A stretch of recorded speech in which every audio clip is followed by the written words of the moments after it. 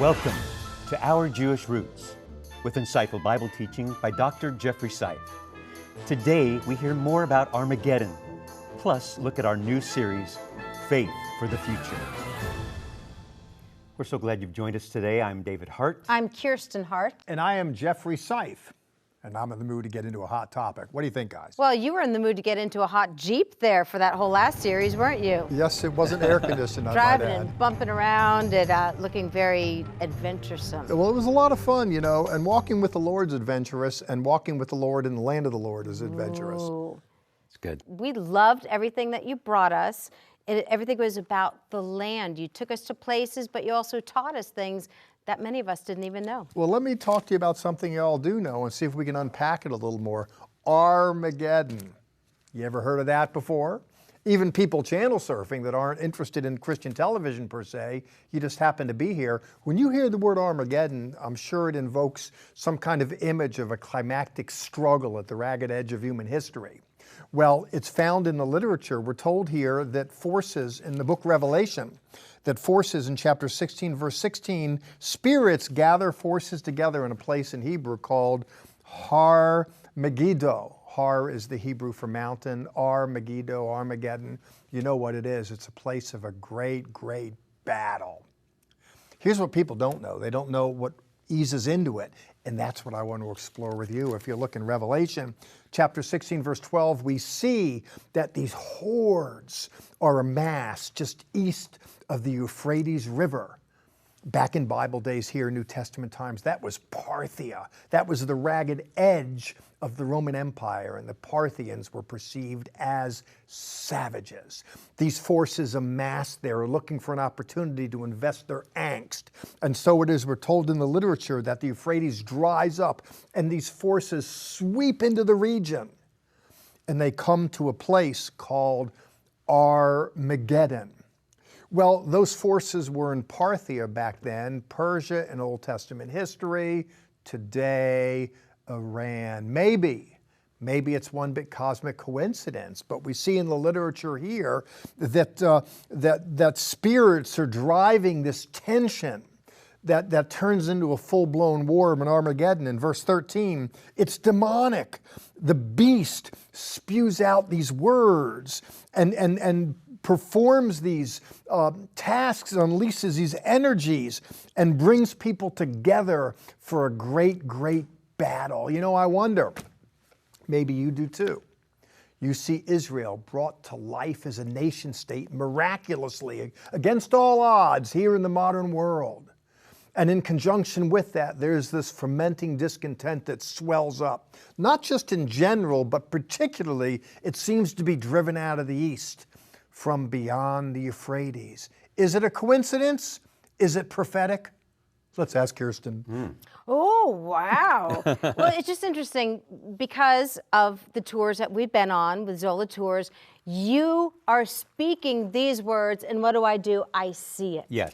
And I see the Valley of Armageddon. I see how lush and beautiful it is. It's full of trees, it's full of fruit, it's full of life. And it's so crazy to think that this beautiful part of the world will one day have so much bloodshed. Well, it's because you see it beautiful now. The reason why there was so much bloodshed there in history is because it is so beautiful. Forces that make their way into the region, conventional forces over land, before they go on a war, let's say if they want to march on Jerusalem, these troops need to refresh, they need to regroup.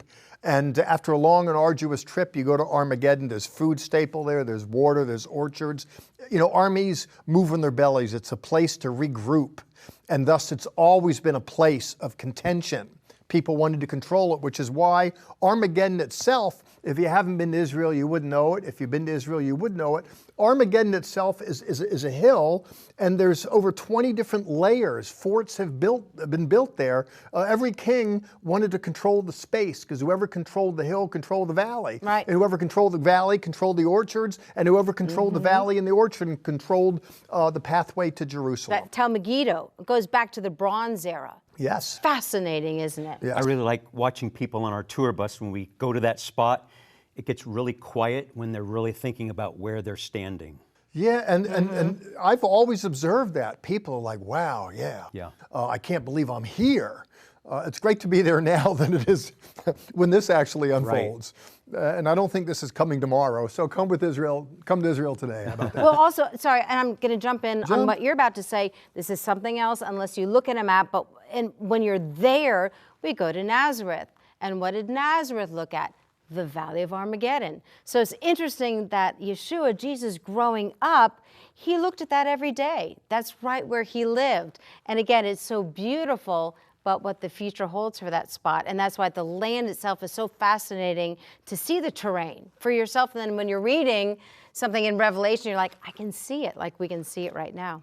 Yeah, and that's the beauty of a trip to Israel, to the Bible lands. It just brings it alive. Well, you brought it alive for us in the whole series Eretz Israel, and Very good, one of our favorites, isn't it? It really is. Well, the genesis of the series was wanting to explore, it's a story that shouldn't even need to be told, and that is how God gave a certain people a certain place and the boundaries are delineated. And I'm clueless how people can read the Bible and not see that the land of the Bible belongs to the people, the Hebrew people. I mean, that's Right. Bible 101. And that was a series that should have not needed to be shot. It should have been construed a waste of money because everybody should know it. Right. But we really pinned down the biblical text, and it's a thrill. It was a lot of fun, as you say, to schlep around in a Jeep, to go to these fascinating places. It's always a joy. But we shouldn't have had to teach the story. But it's just, there's so much deceit in the world. And by the way, he says here that this Armageddon story is precipitated by deceit, by demonic influence that goes out there and thunders in the world and broadcasts these negative energies and brings gloom and despair. And I wish I didn't have to tell the story, but I did. Well, unfortunately, we can read the history of that, the battles for that land. We're living in it now, and we still will in the future. Yes. This little piece of land, but everyone wants it. It's a stormy place today, to tell you the truth. The devil's thundering it's all just coming out. We're seeing it in the day and time. Prophetic, yes, in the Bible, yes. Well, I think so, yeah, because you see it there in the Bible, which is, if Israel didn't emerge as a nation state, this wouldn't manifest, but it does. The bones got flesh on it. Those Ezekiel bones, those dry bones, they got flesh, and it's powerful now, and they're going to fight for their land, Yes. as they should. Yes, and the people of Israel, Am Yisrael Chai is the saying, the people of Israel live, the land of Israel lives. And that's why people like you support people like us, because you kind of get it. You kind of sort of get it. And I want to thank you for getting it, and I want to ask you to help other people to get it. So if you would get behind us, help us to tell this story, because we so much want to look at the good news through the eyes of the Jews. We've been doing it for many decades. We want to do it right up until the time when the Lord comes. Yeah. Thank you for your teaching. We will be right back.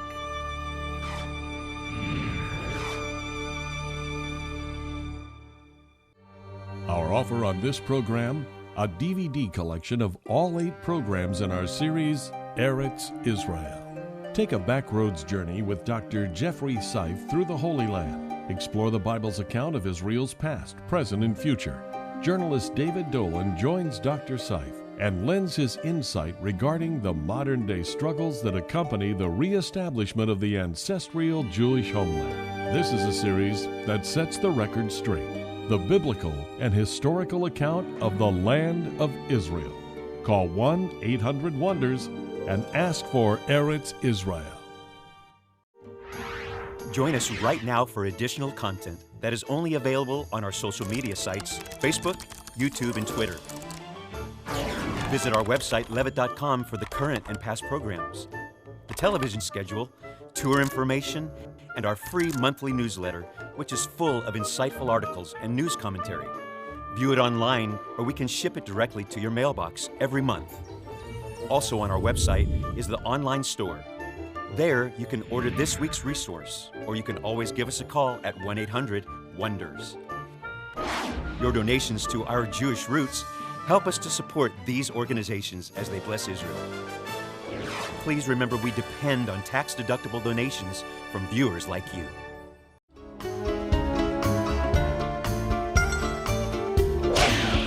Shalom, shalom, Yerushalayim. Shalom, shalom, shalom. For the holy city of of Jerusalem. We will pray for peace. Shalom, shalom.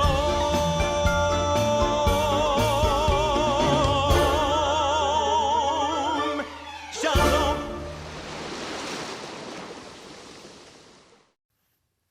I'm always surprised at how many people get on our tour bus for a second, even a third, fourth time.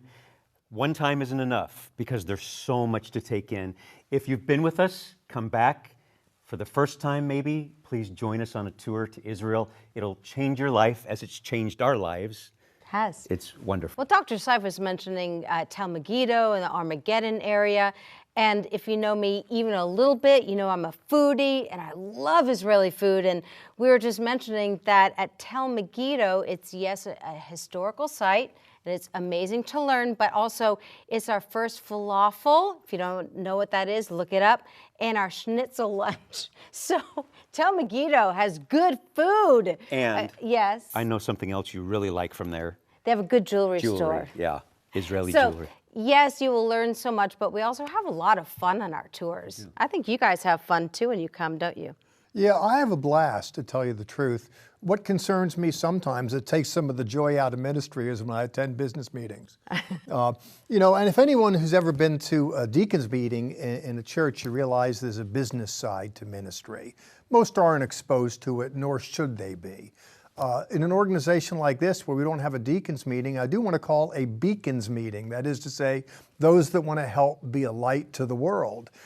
Many wouldn't appreciate it, and I want to do this as tastefully as I can, because many don't appreciate. People think in terms of, you know, television ministries are always raising money. That's not true, but sometimes we need to, just like you need to raise money to pay for your bills. This is the way we pay for ours. And what we're endeavoring to do with all of this costs a small fortune. If you look at these programs, it's not just me waxing eloquent behind a pulpit, and I'm not disparaging those who do just that, but there's dramatic reenactments, there's reconstructions in the land of Israel.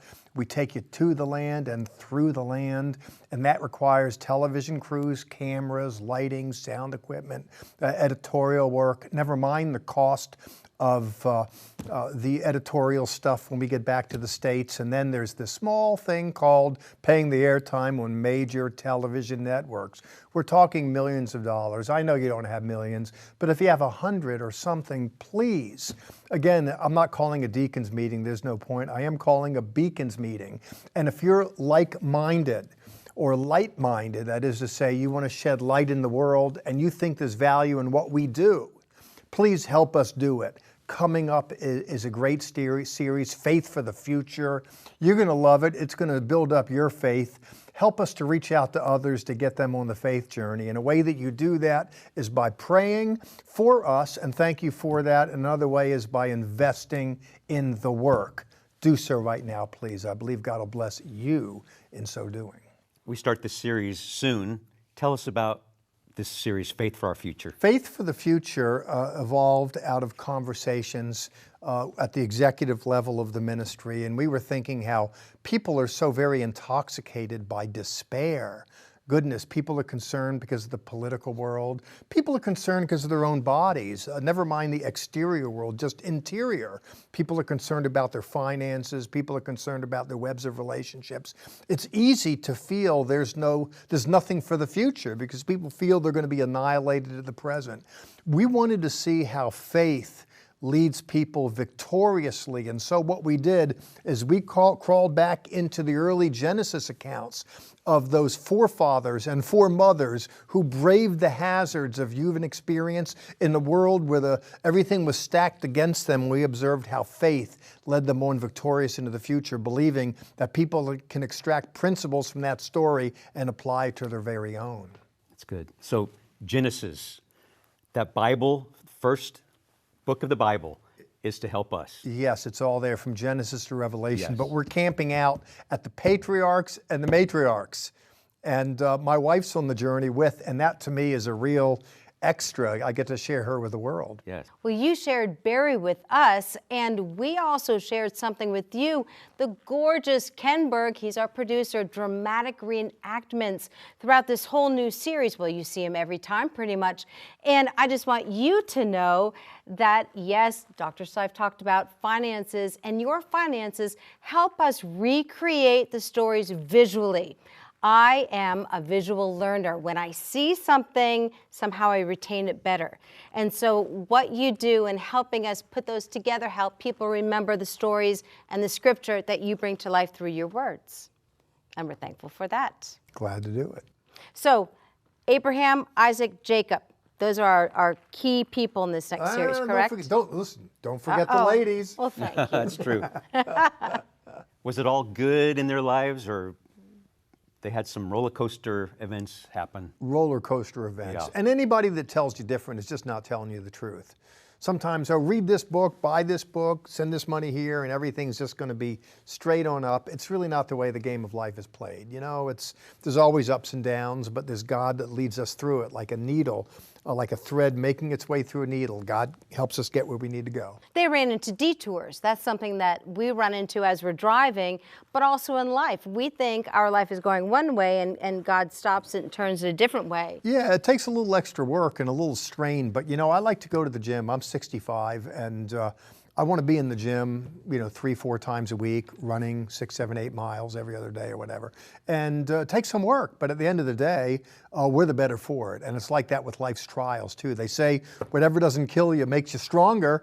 God uses those things that appear as detours just to refine us and turn us into the women and men He'd have us to be. There have been some times where we didn't know where we were going, what was going to happen, but we had that faith. That's what it talks about. Indeed, to be sure, and a lot of times we're not altogether clear. And if someone says, I know exactly what God's going to do in the next 30 years, and I have it written down on a piece of paper, I say, make sure you write it down in pencil and bring an eraser, Exactly. because there's going to be some twists and turns unanticipated. Yeah. And you mentioned the women. It's so fun to have Barry with us. She's one of my favorites. She's not only gorgeous, she's also very gracious, and I love her insights. As you're both doctors, is that correct? You're both doctorates. Yes, Barry's smarter than me. She has a master's degree in business administration and a PhD in biblical studies, and one sharp lady, beautiful, as you'd said as well, inside and out. And we get to see some of the excerpts of our brand new series. Make sure you watch every single one. You won't want to miss one. Here is Faith for the Future.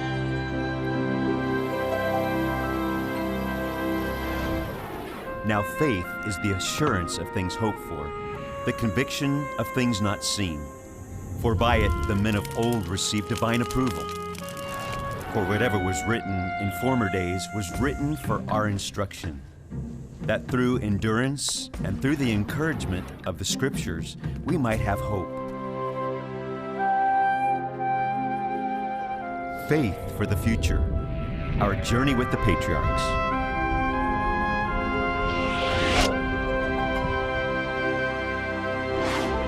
This series is about faith for the future.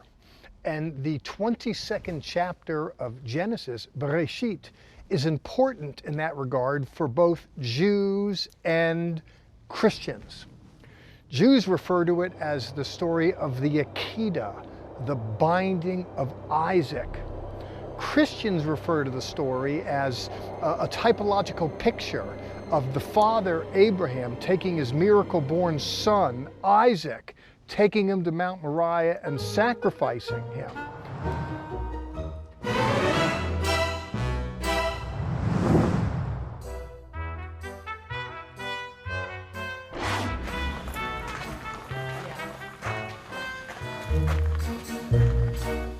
A dear friend of mine recently had to bury her daughter, who died of natural causes.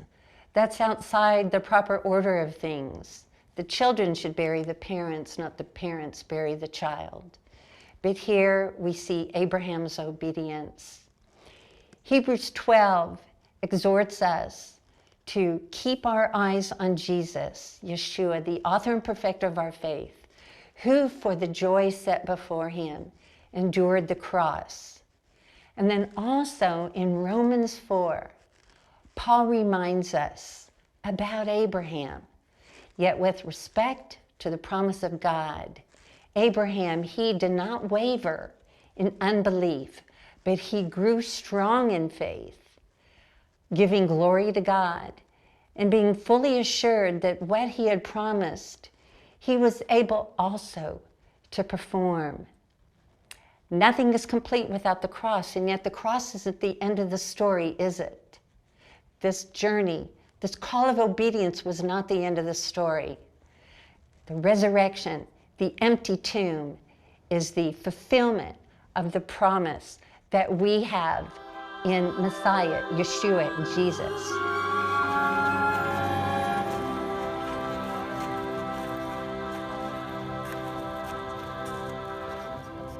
And the father Abraham takes that son Yitzchak and they go up the mountain. I want to talk about faith for the future. And when I think of that, I wonder about Abram's state of mind at the time, for he is about to plunge a dagger into the breast of the future, or so it seems.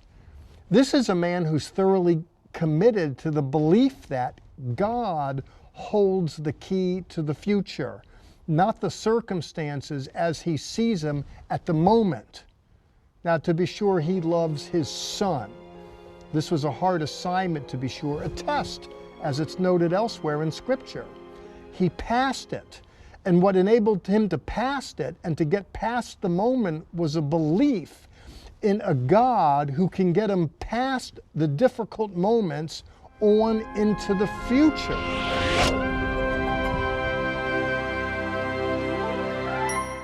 Not only will you see wonderful dramas that take place in this series, Dr. Seif's teaching and his wife Barry, but we have the honor of bringing some of our favorite hymns to this program, Songs of Yeshua. We're excited to do that. Yes, and you guys are all about the music, aren't you? We were. It's kind of something new.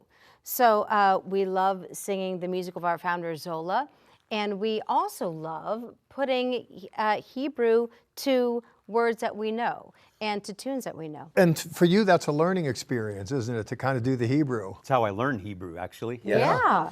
You know, for me, honestly, I do love the old hymns. Sometimes I get lost with the loud guitars in the modern worship experience, and the old hymns, they resonate with me deeply. I love them. I'm not saying that. I'm not scripted to say it. But from the heart, you know, there's a kind of fresh beauty there. And sometimes the younger generation moves on and doesn't, they do well to take some of the old stuff along with them.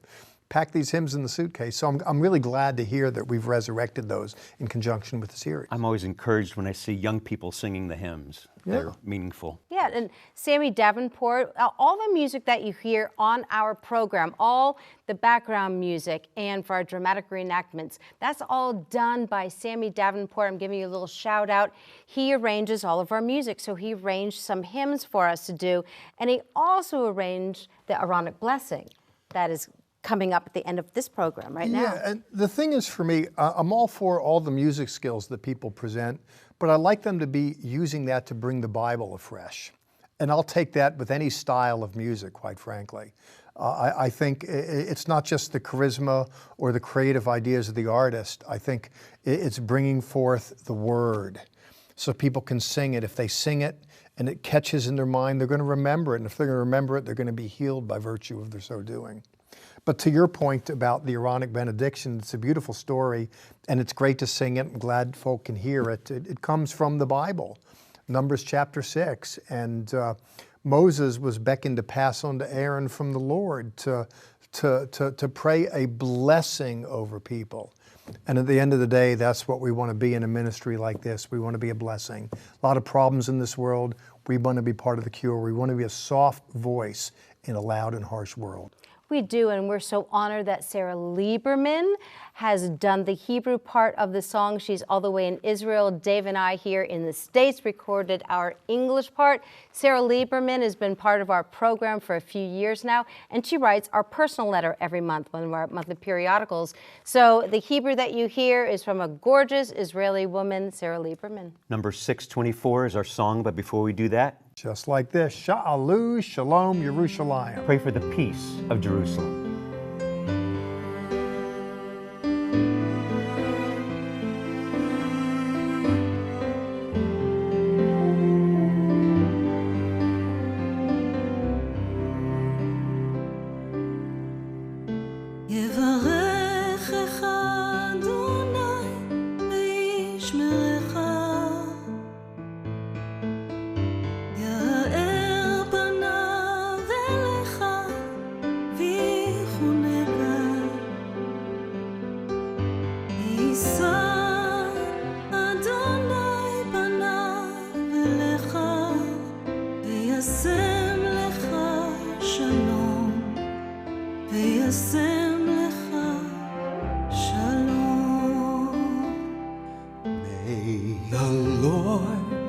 May the Lord bless and keep you.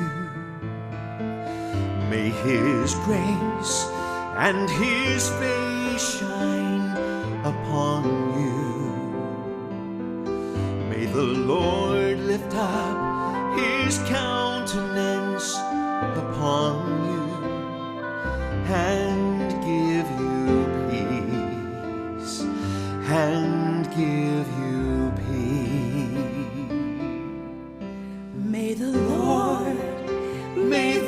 Lord bless and keep you. May His grace and His face shine upon you.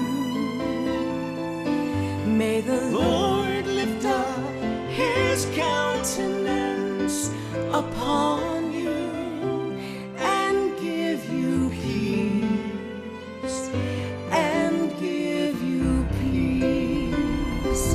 This is the way you shall be blessed from day to day. He'll be your rest.